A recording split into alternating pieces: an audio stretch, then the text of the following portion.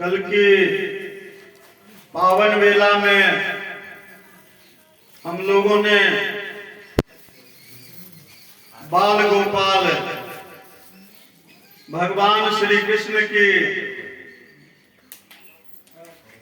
मनोहारी लीलाओं का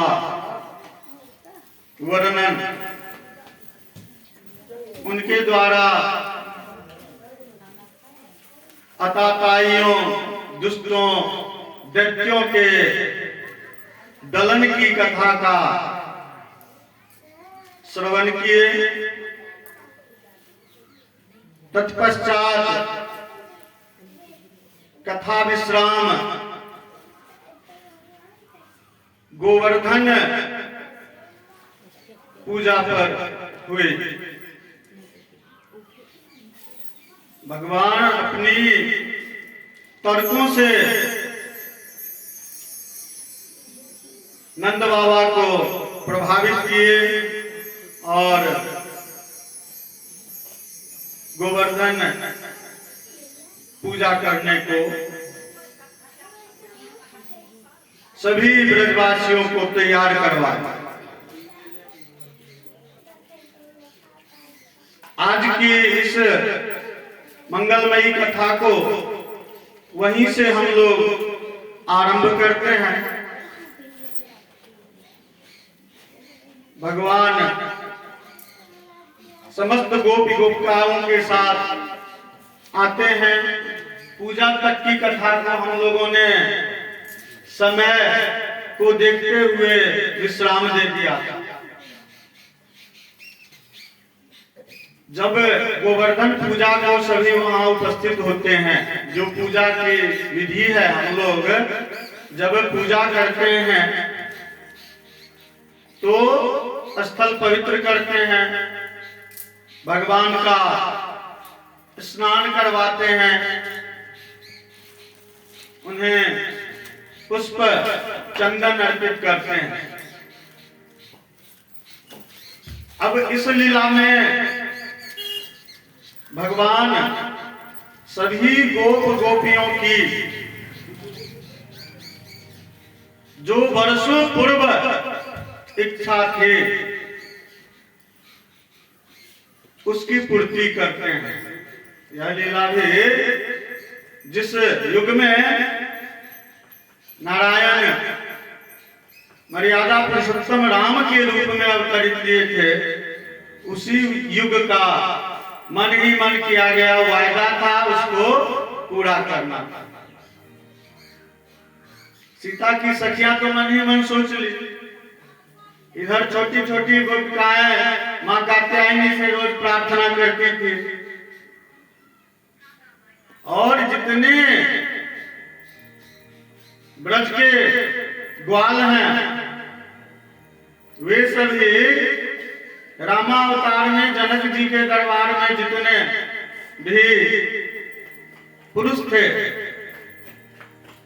राजा जनक के यहाँ के मिथिला के जितने थे, उनके हृदय में यह भाव उत्पन्न हो गया कि काश ऐसे दिव्य पुरुष का दर्शन हम लोगों को भी, जिस तरह राजा जनक को हुआ है, उनके दामाद बने हैं, हम लोगों को भी इनका साथ कुछ दिनों के लिए मिलता।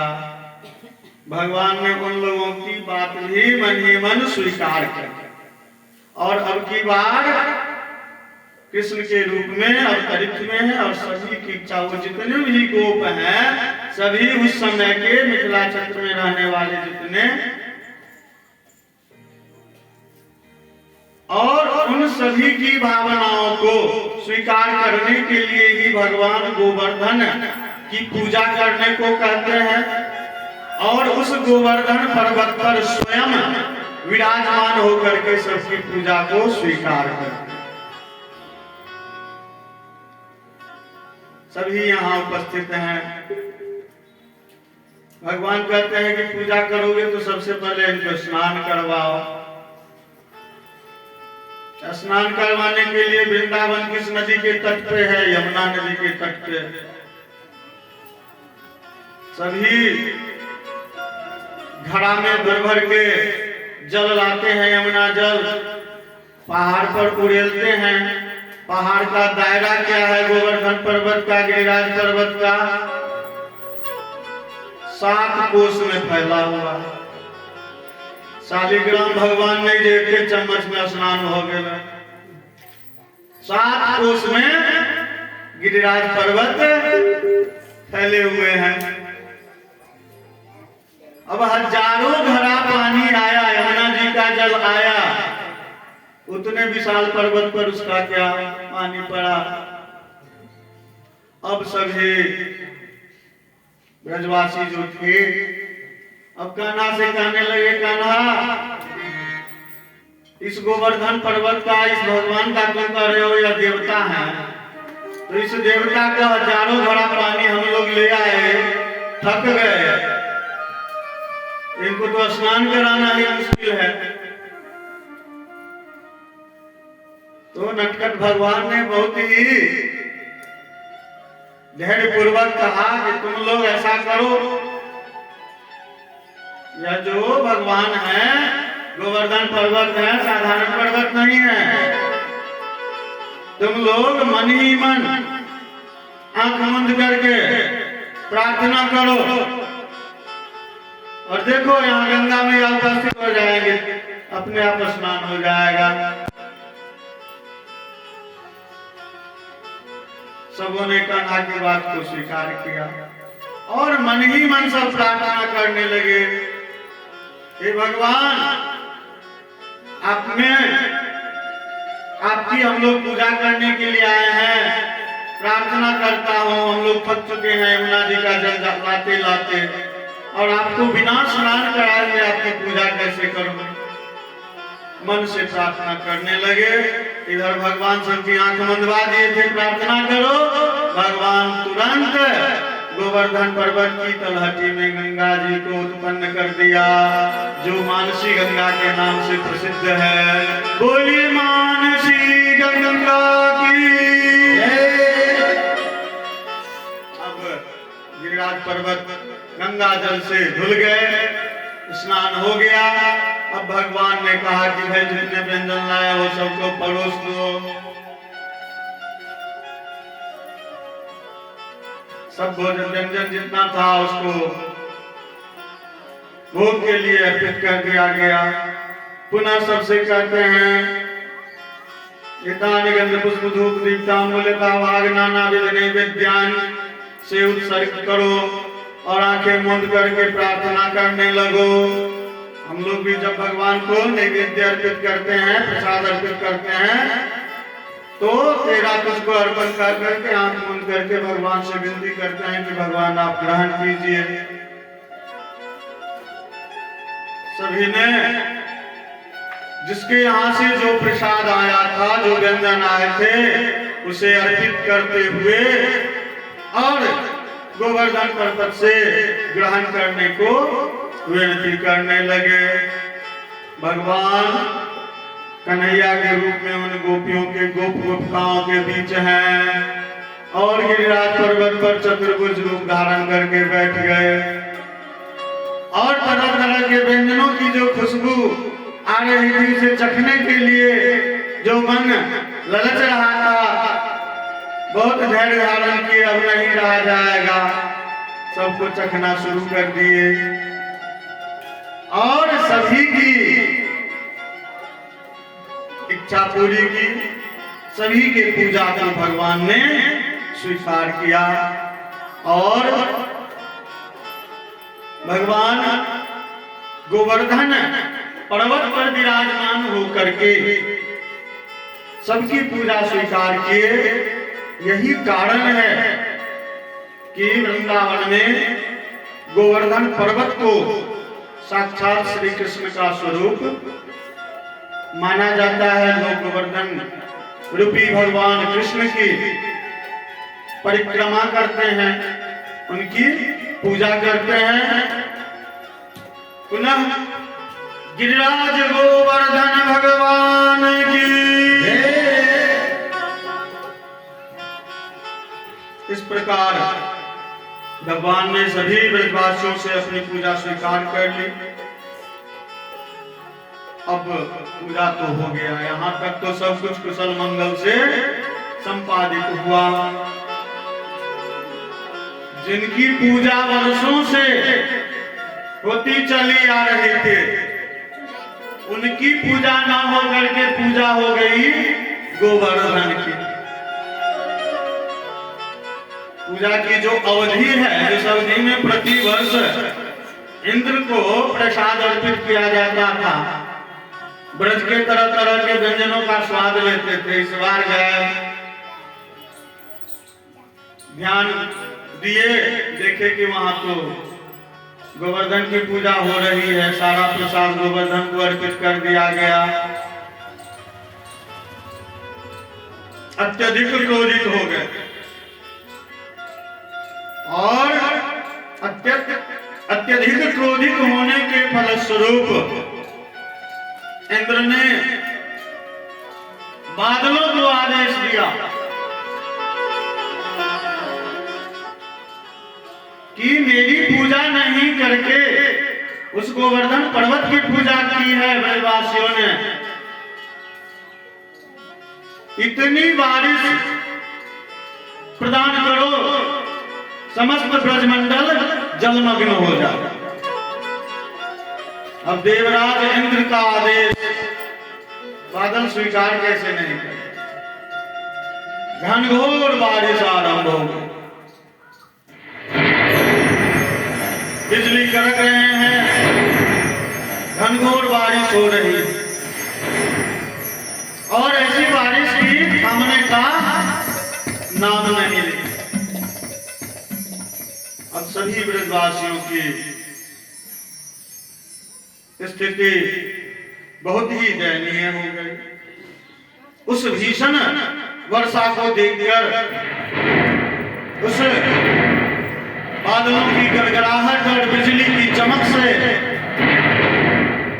सभी भयभीत हो गए और सब पहुंच गए कहां, सबको एहसास हो गया कि कन्हैया के फेरे में पड़कर अब हम लोग बुरी तरह फंस। लेकिन निदान के लिए भी सभी पुनः कन्हैया के पास जाते हैं और कहते हैं कि कन्हैया, वर्षों की परंपरा को तोड़ते हुए आज गोवर्धन पर्वत की पूजा हुई।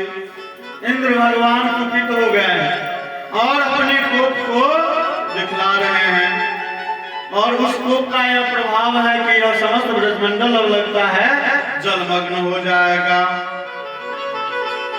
रक्षा करो, कोई उपाय बताओ। जिस देवता की पूजा की है उनको अब बोलो कि रक्षा करेंगे। भगवान ने कहा, तुम लोग भयभीत मत हो, ये देवता इतने शक्तिशाली हैं कि अपनी शरण में भी दूसरे जगह जाने की जरूरत नहीं होगी, अपने शरण में ही सभी ब्रजवासियों को सुरक्षित रखेंगे। और भगवान ने क्या किया, सबको कहा कि सब लोग देवता की प्रार्थना करो। प्रार्थना तो अपनी करवानी थी, देवता की प्रार्थना करो।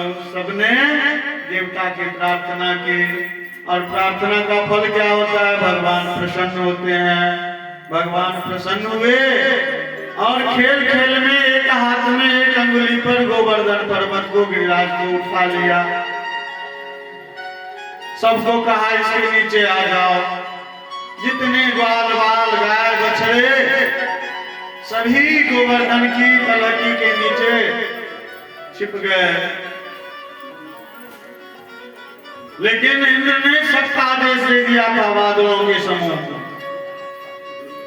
जब तक मेरा आदेश न हो तब तक तुम लोगों को जल वृष्टि करनी है। 7 दिनों तक घनघोर बारिश हुई और उस नटखट गोपाल ने, कृष्ण ने, भगवान ने अपने हाथ पे उस गोवर्धन पर्वत को फूल की भांति धारण करते हुए सभी ब्रजवासियों की रक्षा की, उन्हें वर्षा के जल से प्रभावित नहीं होने दिया। तब जाकर के इंद्र को अपने घमंड का अंत होता हुआ दिखाई दिया। आसास हो गया कि नहीं, हमसे बहुत बड़ी चूक हो गई, बहुत बड़ी गलती हो गई। उसे समझ आ गई कि भगवान ने मेरे घमंड को अब चकनाचूर कर दिया, तोड़ दिया। और भगवान के समक्ष नतमस्तक होकर के आ गया, प्रभु इतनी बड़ी गलती मैंने की, मुझे माफ कीजिए। मैं अपनी सत्ता के कारण, मुझे स्वर्ग का आधिपत्य मिला हुआ है और मैं देवराज इंद्र के नाम से जाना जाता हूं। इस घमंड के कारण मैंने यह जघन्य अपराध किया है। इस अपराध के लिए मैं क्षमा प्रार्थी हूं। और स्तुति करने लगे। भगवान की स्तुति किए और स्तुति करने के फलस्वरूप भगवान पुनः देवराज इंद्र को क्षमा किया। इससे पूर्व भी कई बार क्षमा कर चुके हैं और देवराज इंद्र जब भगवान का कृपा प्राप्त कर लिए तो स्तुति करने के फलस्वरूप उन्होंने भगवान का गाय के दूध से, गोदुग्ध से भगवान का स्नान करवाया। गर्गाचार्य जी ने क्या बताया था नंद बाबा को, तुम्हारा यह बालक बहुत ही तेजस्वी होगा, यशस्वी होगा, कीर्तिवान होगा और इसके अनेकों नाम होंगे। गोवर्धन उठाए तो गोवर्धन धारण भगवान। इंद्र को एहसास हो गया, उसका घमंड टूट गया। उन्होंने स्तुति की, दुग्ध से स्नान करवाया और दुग्ध से स्नान करवाया। उसी दिन से भगवान का एक और नया नाम हो गया और वह नाम क्या है? गोविंद। बोलिए गोविंद भगवान की जय। तो इस तरह से भगवान का एक और नया नाम देवराज इंद्र के द्वारा दुग्ध स्नान करवाने के फलस्वरूप हो गया। अब एकादशी की तिथि आती है। एकादशी का महात्म्य क्या है, उसकी महत्ता क्या है, उसे हम सभी समझते हैं और प्रायः सनातनियों के द्वारा एकादशी व्रत किया जाता है। तो वर्तमान समय में हम आप कर रहे हैं तो उस समय तो इसकी महत्ता और थी। नंद बाबा एकादशी व्रत किए हुए और एकादशी व्रत किए हुए थे। निर्जला एकादशी, जल भी नहीं धारण करना है। क्या स्थिति होती है सब कोई स्वयं अनुभव करते रहे हैं, कर रहे हैं। रात के समय प्यास की इच्छा हुई, पानी को पीना नहीं है तो क्या करते हैं हम लोग भी? पहले कपड़ा से पोंछते हैं, थोड़ा ये नहीं होता तो स्नान कर लेते हैं। तो रात के समय यमुना जी में स्नान करने को प्रवेश किए। सोचे कि चलो स्नान करके वो आते हैं। अब यमुना जी में स्नान करने को प्रवेश किए। कब गए? रात को। रात को गए यमुना जी में। जल के मालिक वरुण ने क्या किया? नंद बाबा को हरण कर लिया, किडनैप कर लिया, ले गया नीचे रात्रि काल में आप स्नान करने को आए हैं, कम से कम रात में भी तो चैन से रहने दीजिए। तो वरुण देवता हरण करके नंद बाबा को ले गए। नंद बाबा हैं तो समस्त ब्रज के स्वामी, अकेले नहीं गए थे, सेवक को साथ लेके गए।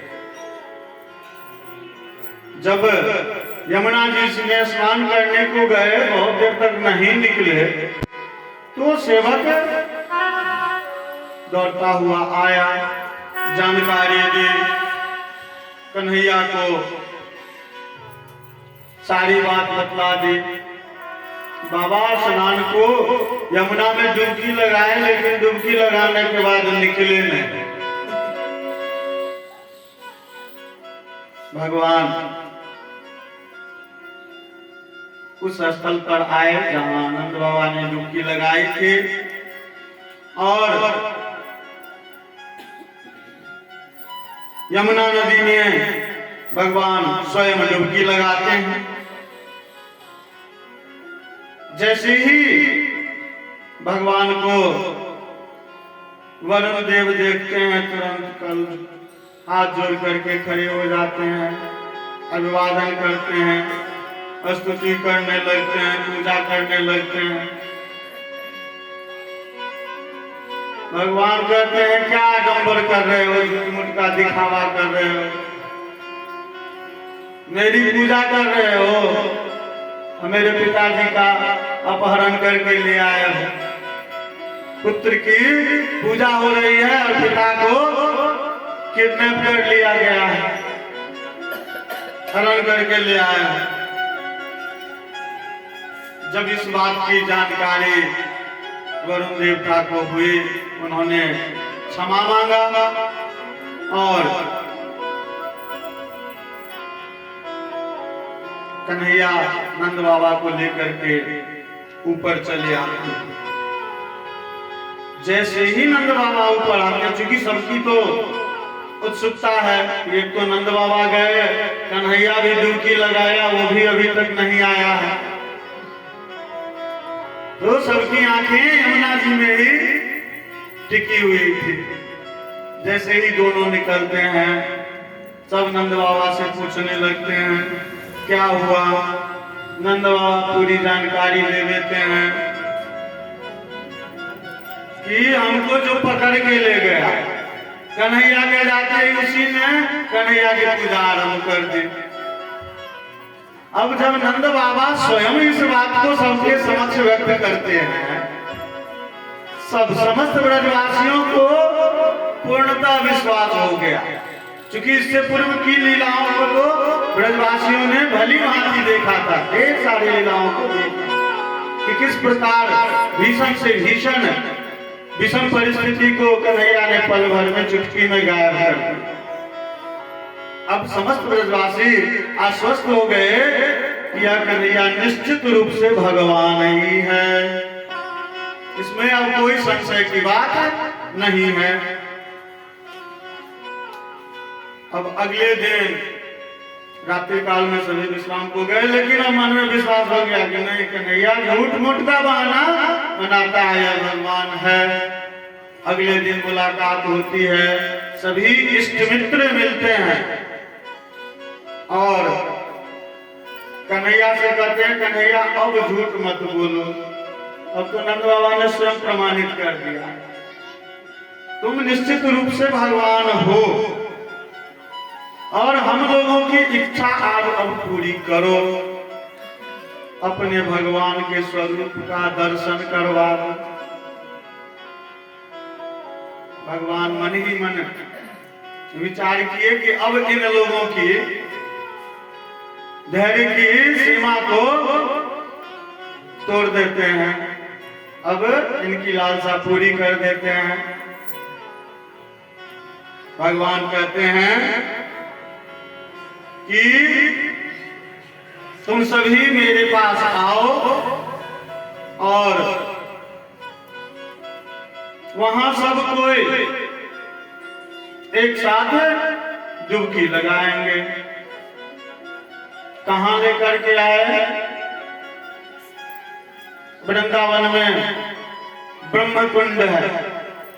कन्हैया सभी को ब्रह्म कुंड के पास ले आए और सबसे कहा कि सबको इसमें कूदते जाओ। सबको ब्रह्म कुंड में कूदने को कहा और कहा कि इस कुंड में कूदोगे वैकुंठ का दर्शन हो जाएगा। सबकी इच्छा वही थी और कन्हैया ने जो आदेश दिया वह भी उपयुक्त था, क्योंकि नंद बाबा भी डुबकी ही लगाए तब जाकर के दर्शन हुआ। तो सब कोई वैकुंठ दर्शन हेतु कन्हैया के स्वरूप का दर्शन करने के लिए उस ब्रह्म कुंड में डुबकी लगाते हैं और जैसे ही वहां प्रवेश करते हैं सब देखते हैं कि वहां सभी भगवान के देवताओं के पार्षदगण खड़े हैं और जैसे ही देवताओं के पार्षदगण को देखा जाता है अब सब आश्चर्यचकित हो जाते हैं। दर्शन करना है किसका? भगवान का, विराट स्वरूप का। और जिस स्थल पर भेज दिया कन्हैया वहां मुस्दंड सब मोटा मोटा लाठी लेकर के खड़ा है। कन्हैया का कहीं अता पता नहीं है। चारों तरफ नजरें फिरा रहे हैं, नहीं कहीं दिखाई दिए तो पार्षदों से बड़ी हिम्मत करके पूछता है कि भगवान कहाँ है? पार्षदगण कहते हैं कि शांत रहो, इस स्थल पर आए हो, इस स्थल पर शांत रहो। जैसे ही पार्षदों ने ब्रजवासियों को, गोपों को शांत रहने को कहा, इसी बीच सभी देखते हैं कन्हैया शेषनाग पर विराजमान है, शेषनाग पर बैठे हुए हैं और वहां कौन है? शंकर जी हैं, ब्रह्मा जी हैं, अन्य जितने देवतागण हैं सभी वहां खड़े हैं। और खड़े ही नहीं हैं, कन्हैया बैठे हुए हैं शेषनाग पर। ब्रह्मा, शंकर, अन्य देवताओं के साथ सब कोई उन्हें प्रणाम कर रहे हैं। सब उनकी गुणगान का गाथा गा रहे हैं, उनकी स्तुति कर रहे हैं। इस दृश्य को जब उन्होंने देखा तो वे ब्रजवासी डर गए और डर के मारे सबने आंखें मूंद ली और आंखें मूंद करके कहने लगे कन्हैया मुझे वापस ब्रज ले चलो, हो गया वैकुंठ दर्शन। जैसे ही मन में विचार किए कन्हैया से प्रार्थना कर रहे हैं मन ही मन की, कन्हैया ब्रज ले चलो, वापस ले चलो। और जैसे ही आंखें खोली सब अपने आप को यमुना जी के तट, ब्रह्म कुंड के तट पर देख रहे हैं जहां से छलांग लगाए थे। इस प्रकार भगवान ने उनकी इच्छा पूरी की और उस ब्रह्म कुंड के पास जब वे लोग अपने आप को देखे तो क्या देखते हैं? वहां क्या देखे कि कन्हैया शेषनाग पर बैठे हुए हैं, सभी देवताओं के द्वारा उनकी पूजा हो रही है। और आंख मुंद जैसे ही प्रार्थना किए सब आ गए तट पे और तट पे देखते हैं कि कन्हैया मंद मंद मुस्कान मार रहे हैं और मंद मुस्कान के साथ पूछा सबसे ब्रह्म कुंड कैसा लगा बताओ। सभी कहते हैं कन्हैया ब्रह्म कुंड तो बहुत अद्भुत है, ब्रह्म कुंड है बहुत अद्भुत, लेकिन हम लोगों को तुम्हारे साथ जो आनंद आता है कहीं नहीं आने वाला, उसके सामने वह ब्रह्म कुंड भी फीका। हम लोग तुम्हारे इस सामले स्वरूप को, तुम्हारे इस मनमोहक रूप को देखकर ही आनंदित रहना चाहते हैं और तुम्हारी सूरत को सदैव देखना चाहते हैं। तो ब्रजवासियों ने जो यह भावना व्यक्त की कि तुम्हारे सामने सूरत को देखना चाहते हैं, यही हम लोगों के लिए सबसे प्यारा है। इससे संदर्भित भगवान कृष्ण के प्रति उन ब्रजवासियों की, उनके मित्रों की जो भावना है उसकी प्रस्तुति सांवले सूरत पे मोहन दिल दीवाना हो गया।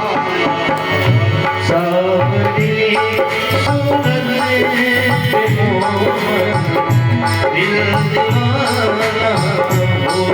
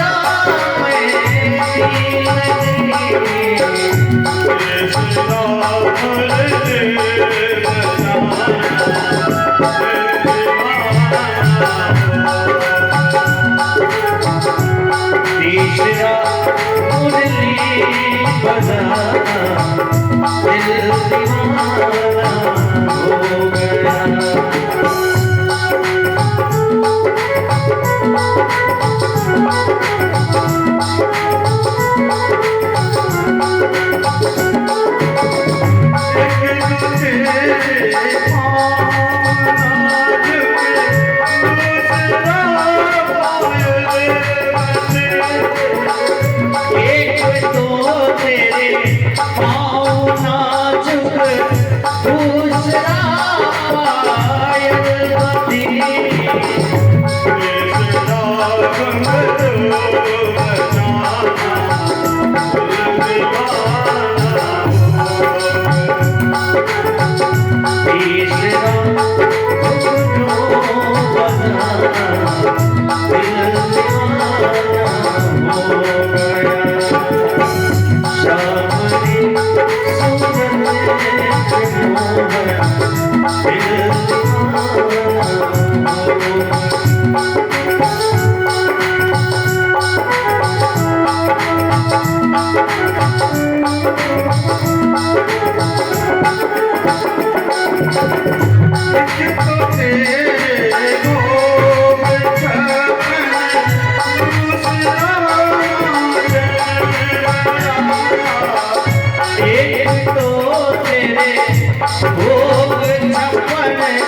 दूसरा माखन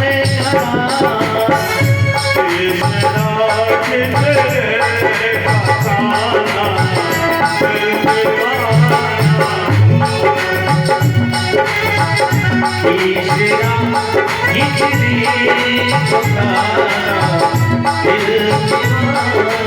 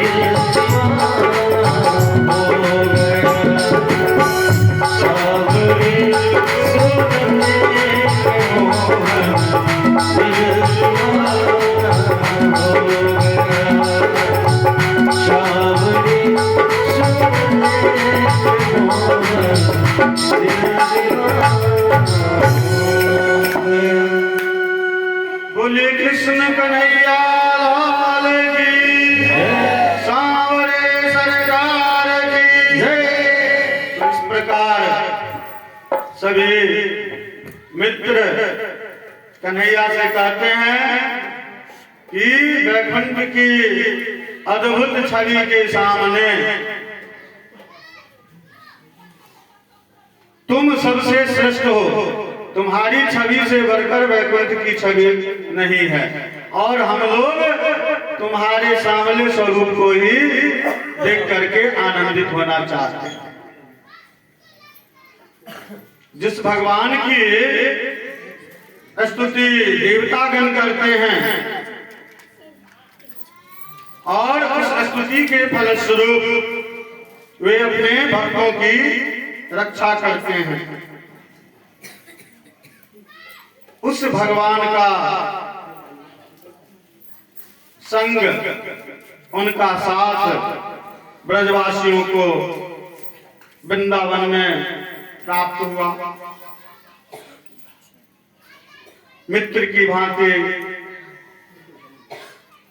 सबके घरों में, प्रत्येक घरों में जाकर के विभिन्न प्रकार की क्रीड़ाएं की और अपनों जैसा व्यवहार किया। वृंदावन की विशिष्टता का उल्लेख कल हुआ था। ब्रज की वेणु, धेनु एवं रेणु,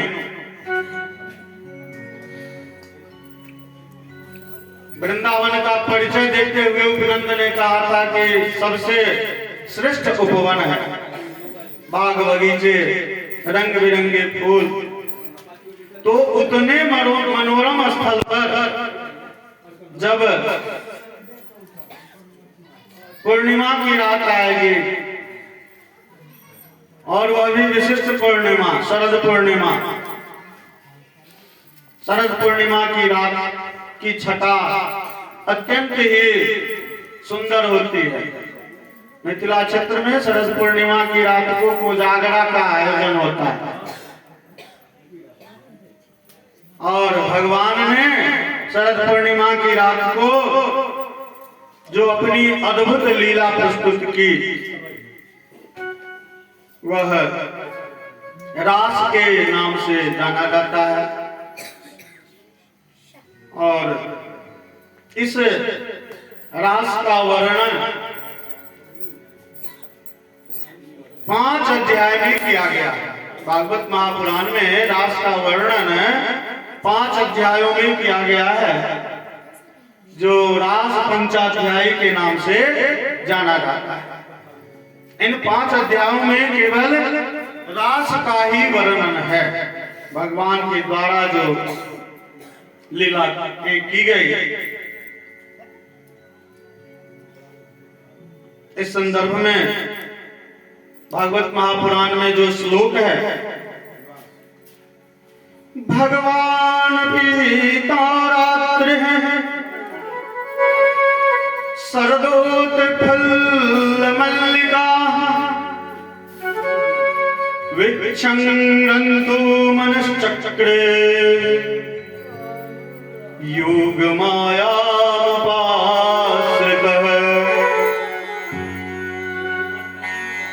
उस शरद पूर्णिमा की रात के सुंदरता को देखकर भगवान योग माया से कहते हैं।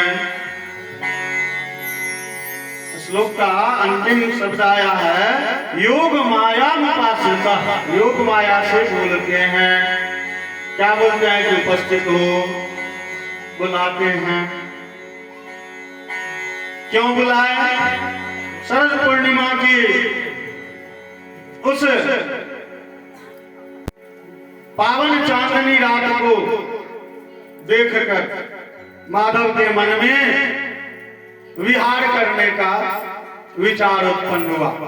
घूमने का विचार उत्पन्न हुआ और उन्होंने योग माया को स्मरण किया और वही योग माया जो है राधा रानी का स्वरूप है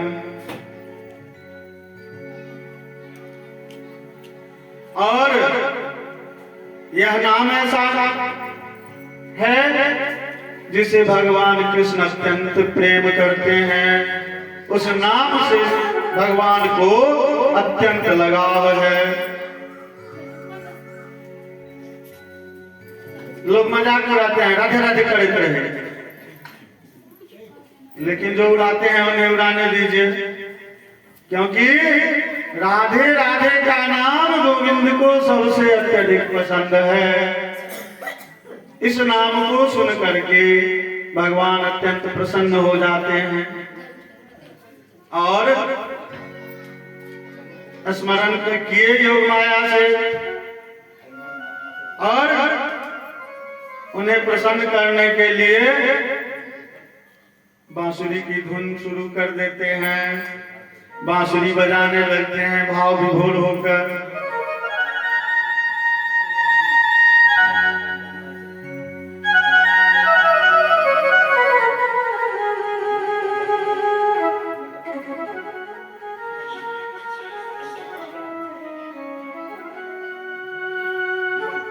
जैसे ही कन्हैया के बांसुरी की मीठी तान को, अब यहाँ तो कन्हैया ने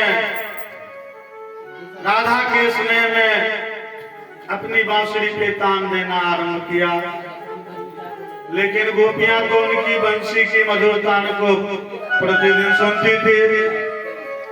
अब जैसे ही बांसुरी की ध्वनि, बांसुरी की मधुर आवाज गोपियों तक पहुंची, सबका ध्यान वहां आकर्षित हो गया कि कन्हैया ने बांसुरी बजाना आरंभ किया है। सभी गोपियां अपना सुध बुध खो बैठी। विहार करने का समय आया कब? शरद पूर्णिमा की रात में, यानी शाम समाप्त, दिन की अवधि समाप्त हो गई थी, रात। तो जिनका गाय बछड़ा दरवाजे पे बंधा हुआ था यथास्थान, उसे लगाने जा रहे थे। कोई खाना तैयार करके उसे रखने के लिए जा रहे थे। तो सब अपने अपने कार्य में लीन। इधर बांसुरी की आवाज सुनाई पड़ी, सभी अपना सुध खो बैठे। अब परिस्थिति पे गौर से विचार करते हुए श्रवण करेंगे। रास के संबंध में जो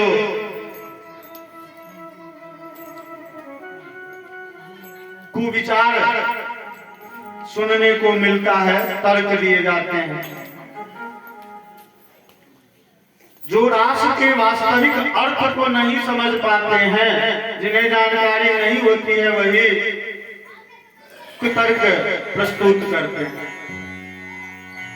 रास का वास्तविक अर्थ भक्त और भगवान। भक्त एवं भगवान का जो आनंद में मिलन होता है, वही रास है। रास का अर्थ हुआ भक्त एवं भगवान का आनंदमय वातावरण में मिलन। जीवात्मा एवं परमात्मा के मिलन को रास कहते हैं। अब इसे प्रमाणित किया गया है और हम सब उस कथा से परिचित हैं, वाकिफ हैं। इस रास में भगवान शंकर महादेव, उन्होंने कामदेव को जलाकर भस्म कर दिया था। सबको यह कथा जानकारी है। जला करके भगवान शिव शंभु ने कामदेव को भस्म कर दिया। लेकिन जब उस रास के लिए भगवान बंसी की धुन छेड़ते हैं, तो जिस शंकर ने कामदेव को भस्म कर दिया जला करके, वो अभी कहते हैं कि मुझे गोपी बना करके, अपनी सखी बना करके ले चलो। तो रास क्या है? यह परिभाषित करने की आवश्यकता नहीं है, लेकिन हम लोग वर्तमान समय में अपना समय बिता रहे हैं और वर्तमान समय के मनुष्य जो हैं, वे अपना जीवन किस रूप में बिताना पसंद करते हैं? भोग विलास। तो चूंकि हम लोगों की जो प्रवृत्ति है, हमारी जो इच्छा है, वह है भोग विलास की। तो जिनकी प्रवृत्ति भोग विलास की है, वे लोग रास को प्रेम लीला, उनकी नजर में रास प्रेम लीला है। लेकिन वास्तव में रास क्या है, इसका परिचय हम लोगों ने लिया कि भगवान एवं भक्त के आनंदमय मिलन को रास का। तो उसी रास का आरंभ बंसी की मधुर तान से भगवान कृष्ण करते हैं। सभी गोप गोपिकाएं बंसी की उस मधुर ध्वनि को सुनकर के बेसुध होकर दौड़ी चली आती हैं। इस संदर्भ में श्लोक है भागवत महापुराण का, निशम्य गीतम तद अंगवर्धनम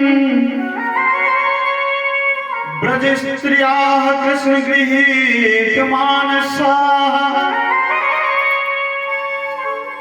आजग्मृण्योन्यमलचित्युद्यमाः सो यत्र कान्तो जलोलकुण्डलाः।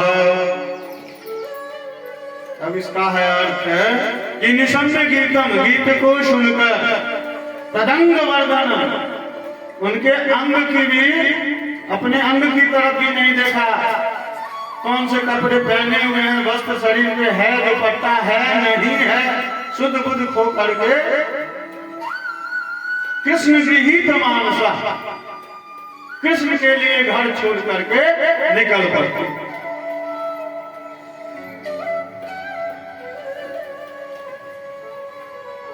किसी ने अपने गाय को दूना छोड़ दिया, किसी ने मात्र एक आंख में काजल लगाई थी, बस दूसरे को छोड़ा, दौड़ता हुआ आ रही है। अपनी अवस्था का भी ध्यान नहीं देखा कि हम किस रूप में हैं।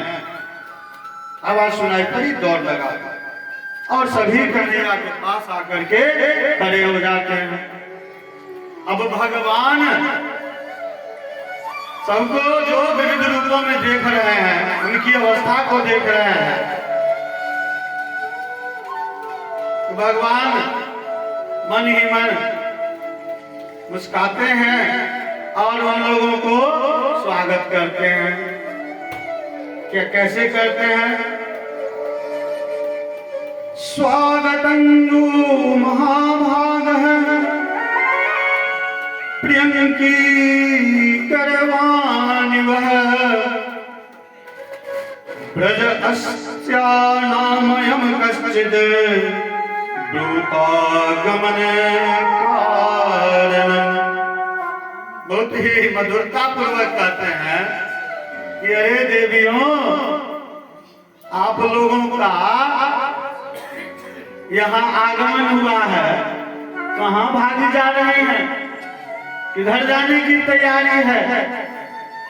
ब्रज स्थान को त्याग करके, ब्रज स्थान किस जगह आप लोगों के जाने की तैयारी है? आप लोग क्यों इस तरह बेतहाशा दौड़ती भागती हुई? अब जैसे ही भगवान इस तरह की बात से उन लोगों का संबोधन करते हैं, अब गोपियां इस बात को सुनते ही उदास हो गए, सबका मन छोटा हो गया और उदास होकर के कहने लगी कि स्वयं बंसी बजाए हैं और बंसी बजा करके बुला लिए हैं और अब ताना मारते हुए पूछ रहे हैं कि इस तरह बेतहाशा किस जगह जाने की तैयारी है? यह सोचते हुए वह जितनी गोपिकाएं थी कन्हैया की स्तुति करने लगती हैं और स्तुति करते हुए कहती हैं, मैवं विभो रहति भगवान गरीतुं निरीशंसम् संत्यज्य सर्वविषयांस्तव पादमूलम् भक्त्या भजस्व दुःखग्रह मा त्यजाश्रमान् जीवो यथा आदिपुरुषो भजते मोश्चन। सभी गोपियां भगवान की स्तुति करते हुए भगवान से कहती हैं कि हे भगवान, हे कन्हैया, हम लोग सब कुछ छोड़ करके आपके पास दौड़ी चली आए और आप पूछ रहे हैं कि कहाँ जा रहे हैं और साथ में यह भी बता रहे हैं कि जहाँ जाने की तैयारी है वहां जाओ। यह तो उचित नहीं है। तो इसका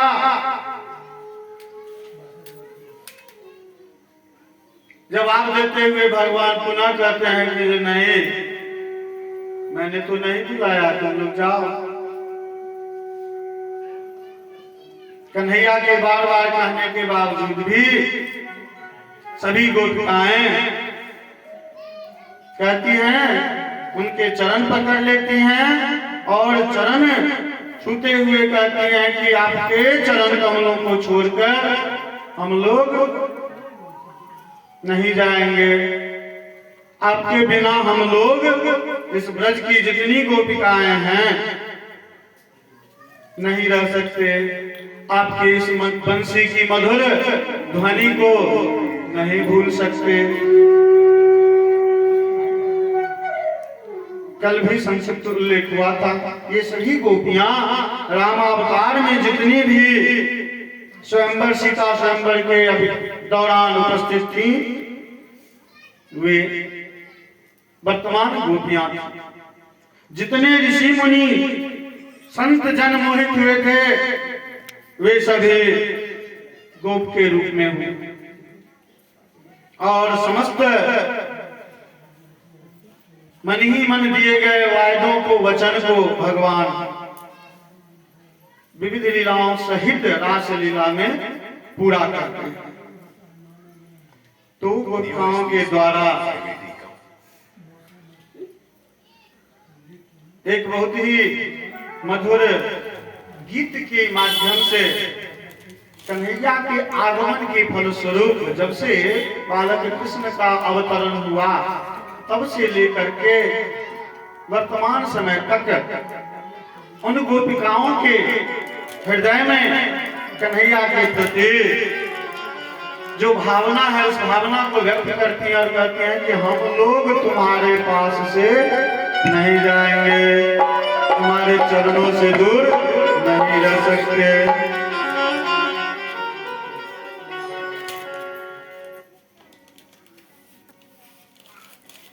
और गायन करती हैं, बंसी वाले तेरा शुक्रिया, बंसी वाले तेरा शुक्रिया, तूने जीवन में सब कुछ दिया। बंसी वाले तेरा शुक्रिया,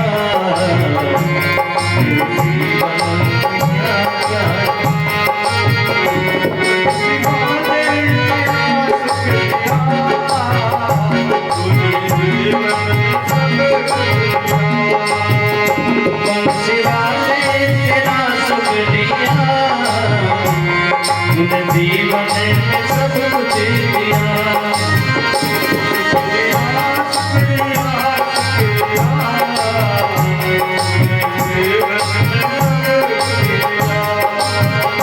शुक्रिया शुक्रिया शुक्रिया, तूने जीवन में सब कुछ दिया।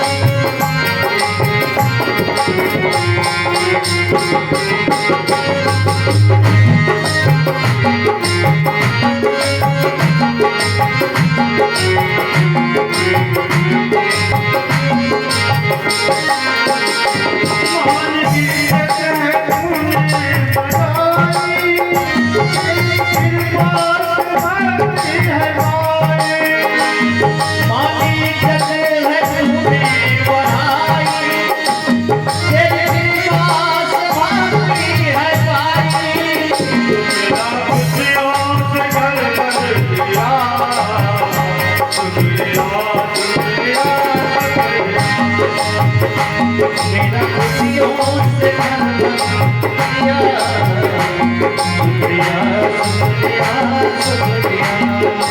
शुक्रिया से आवे तेरा शुक्रिया, तूने जीवन में सब दिया। वाले तेरा शुक्रिया तूने जीवन में सब कुछ दिया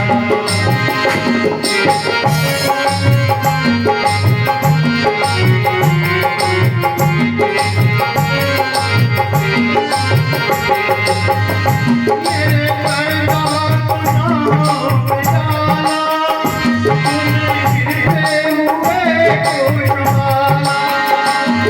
मेरे पर्दा गुनाहों को डाला तूने गिरते हुए को संभाला यार जीवन में अब बढ़ गया,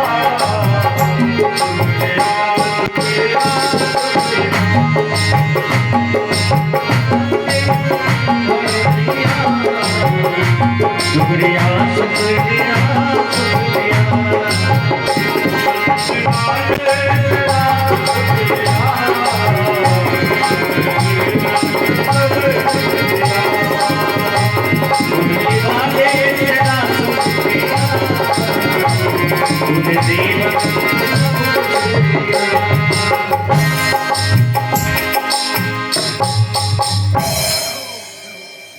तो इस प्रकार सभी गोपिकाएं अपनी भावनाओं को कृष्ण के द्वारा जो